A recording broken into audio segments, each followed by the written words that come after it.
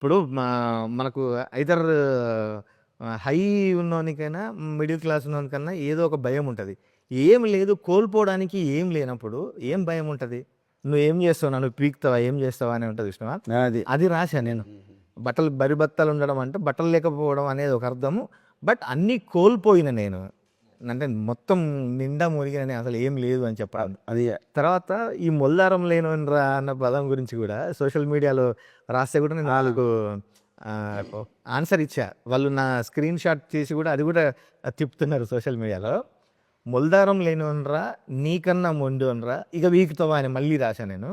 మొల్దారం లేకపోవడం అంటే మనిషి చచ్చిపోయినప్పుడు ఒంటి మీద నూలు బట్ట కూడా ఉంచరు, నూలు పోగు కూడా ఉంచరు, మొల్దారం కూడా తీసేస్తారు అన్నట్టు. అంటే ఆల్రెడీ ఐఎమ్ డెడ్ అని. నేను చచ్చిపోయినా నేను, కానీ నీకంటే మొండోని. ఇంకా నన్ను ఏం చేస్తావు? మళ్ళీ పీకుతావా? ఏం చేస్తావు నువ్వు? అది